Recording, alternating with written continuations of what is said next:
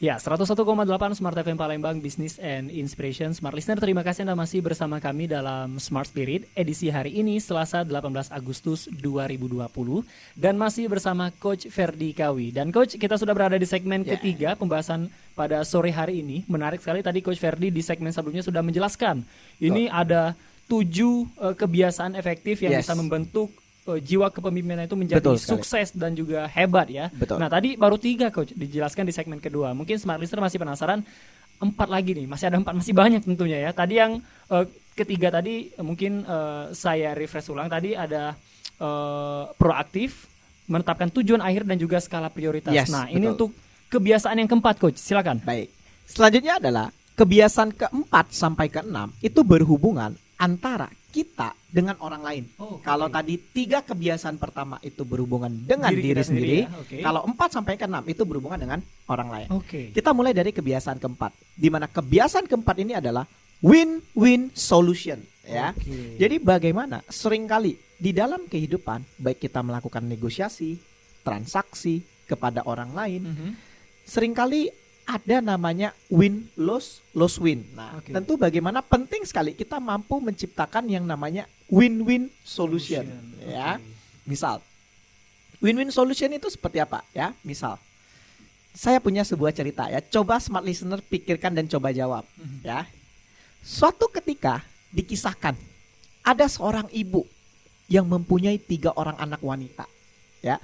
Jadi ibunya tersebut mempunyai keadaan ekonomi yang sangat cukup sulit sekali. Jadi hanya punya uang 10.000 ya. Jadi hanya punya uang 10.000 saja. Tetapi anaknya ada 3. Tiba-tiba di tengah perjalanan karena panas terik matahari yang cukup panas, akhirnya 3 anak ini kemudian merengek-rengek. Anak yang pertama dia menangis karena dia ingin minum air. Kemudian anak yang kedua dia kemudian merasa lapar. Dia ingin makan.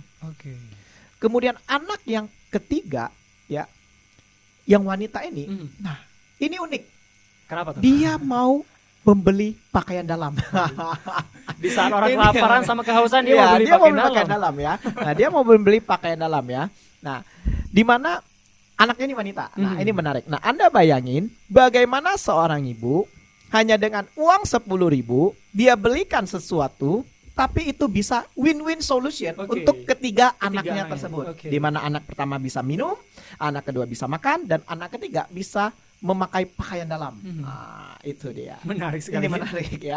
Kira-kira beli apa lah? Hanya dengan 10.000. Itu dia ya. Coba Smart Listener pikirkan. Kita beri waktu 1 menit ya. Coba Anda pikirkan ya. Bagaimana Anda mampu menciptakan sebuah keputusan yang win-win solution. Baik. Akhirnya suatu ketika ibu tersebut dengar radio Smart FM. Jadi dia buka channel 101,8 FM. Kemudian dengar siaran hari ini. Kemudian ibunya mulai bijaksana. Kemudian dengan cepatnya ibu tersebut berkata, "Hai anak-anakku, tenang. Tadi sudah dengar siaran Coach Ferdi sama Nando ya. Jadi ibu terpikir untuk mau membeli dogan atau kelapa ya. Alasannya apa ini Coach? Jadi alasannya adalah ibunya dengan bijak membelah 2 dogan tersebut. Set. Kemudian apa yang terjadi? Yang anaknya haus tinggal minum. Segar ya. Kemudian anak yang lapar tinggal dikerok-kerok ya, diambil dia punya dagingnya, dimakan kenyang. Dan anak yang ketiga, tada! Ya. Iya, itu dia ya. Bagaimana bisa melakukan win-win solution ya. Baik, itu tentang skala prioritas. Win-win solution Coach. Yes, betul. Selanjutnya yang kelima nih. Nah, kelima yang berikutnya adalah bagaimana seorang leader itu mau menghargai orang lain terlebih dahulu, baru dirinya dihargai. Atau bahasa singkatnya adalah empati. Ya. Jadi begini, seringkali kita terjebak, apalagi antara pimpinan sama bawahan atau rekan sekantor, kita selalu memberi jarak. Selalu memberi jarak. Ibaratnya Anda bayangin kalau di suasana kantor, Anda datang, Anda masuk, tiba-tiba auranya beda, tidak saling tegur sapa, tentu suasana kurang nyaman dan bersahabat. Dan kalau suasana tegang, bagaimana tim mau produktif? Bagaimana tim bisa solid? Dan penting sekali bagaimana seorang leader, dia harus mau menyapa tim-timnya, misalnya, halo selamat pagi Nando, hari ini semangat sekali, semangat ya. Halo selamat siang Kak Misdi, wah tetap semangat ya. Nah, semacam berikan imun ya, iya, imun positif lah, penyemangat. iya, Bagaimana kita empati, minimal dengan menyapa, menyebutkan nama itu adalah hal yang paling mudah untuk dilakukan ya. Kemudian misal bagaimana Anda mampu empati, ada yang ulang tahun, Anda rayakan, belikan kado atau apa, sehingga dengan hal-hal yang kecil ini yang akan membawa dampak yang besar. Tapi seringkali terlewat. Oke, baik. Ya. Tadi menghargai orang lain. Masih ada 2 lagi, Coach. Betul. Yang keenam ini apa? Yang keenam adalah sinergi. Sinergi. Yes. Jadi bagaimana seorang leader itu harus mampu membuat timnya itu menjadi lebih solid dan sinergi. Tentunya bagaimana caranya? Penting sekali Anda boleh melakukan namanya team building. Jadi Anda boleh melakukan outbound sehingga tim menjadi lebih cair. Atau Anda melakukan sebuah kompetisi atau perlombaan untuk memacu semangat dan kekompakan tim. Ya, itu penting sekali. Nah, tentunya ketika 17 Agustusan Anda sudah melakukan tuh. Benar sekali. Nah, Anda bikin lomba-lomba di rumah, panjat pinang ya. Kemudian panjat apapun Anda lakukan lah ya. Bukan panjat sosial ya. Oke. Betul sekali. Oke, jadi yang keenam tadi sinergitas ya, Coach. Betul, Nah, betul. yang terakhir, Coach Ferdi. Baik. Yang terakhir adalah kalau 3 kebiasaan pertama berhubungan dengan diri sendiri, 4 sampai 6 itu berhubungan dengan orang lain. Yang ketujuh adalah bagaimana Anda mengevaluasi diri Anda. Jadi kembali mengevaluasi diri Anda. Di mana habit ketujuh itu dikenal dengan istilah asah gergaji. Oke, baik. Ini menarik sekali. Asah gergaji yang dimaksud di sini adalah bagaimana sebagai seorang leader Anda harus meningkatkan skill dan kapasitas diri Anda. Anda harus terus upgrade. Bagaimana caranya? Baca buku, nonton YouTube, ikut training, ikut seminar, dan Anda harus menargetkan untuk mendapatkan hal-hal yang baru. Contohnya ya seperti ini. Anda dengar Smart FM 101,8 FM. Ini salah satu Anda upgrade diri. Anda mengasah diri. Nah, tentunya langkah yang Anda lakukan semua hari ini Smart Listener sudah tepat. Dan saya yakin semua yang hadir hari ini, yang dengar, semua adalah pemimpin yang efektif. Amin. Oke, berarti untuk yang terakhir ini, Coach, mungkin seorang pemimpin memang tidak boleh puas ya, tidak boleh puas dengan pencapaian yang telah ia raih, terus mengasah diri ya.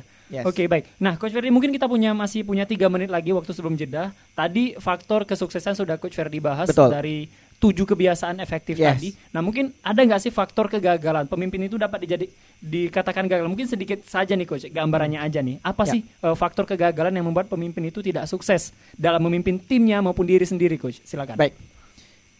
Faktor yang menyebabkan kadang seorang pemimpin terlena dan terjebak adalah kurang mau mendengarkan timnya.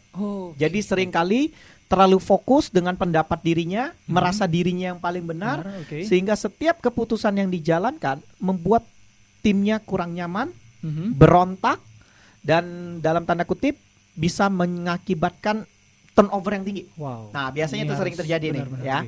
Jadi bagaimana seorang pemimpin itu harus ada 2 sisi, seperti 2 sisi mata uang. Ada kalanya Anda harus tegas dan benar-benar membuat aturan itu sedemikian rupa. Tapi ada kalanya di satu sisi Anda perlu mengayomi. Anda perlu meminta pendapat dari tim yang ada di bawah. Karena mereka yang lebih mengetahui keadaan pasar. Karena mereka yang mengalaminya. Nah, untuk itu penting sekali bagaimana Anda bisa menjadi seorang pemimpin yang seperti layang-layang, tarik ulur ya. Jadi tahu kapan Anda tegas, kapan Anda mengayomi. Seperti itu. Jadi memang untuk kunci supaya tidak gagal menjadi seorang pemimpin ya benar tadi yang Coach Ferdi katakan tadi, harus harus mau sendiri dan juga mau menerima masukan dari tim ya, karena timnya langsung nih yang bekerjanya di pasar. Kalau pimpinan kan biasanya langsung biasanya mengarahkan saja ya, karena yang tahu kondisi pasar ya bawahannya. Nah, Coach Ferdi, sebelum ke segmen keempat kita masih banyak lagi yang akan kita bahas di segmen keempat nanti, dan Smart Listener kami akan segera kembali sesaat lagi.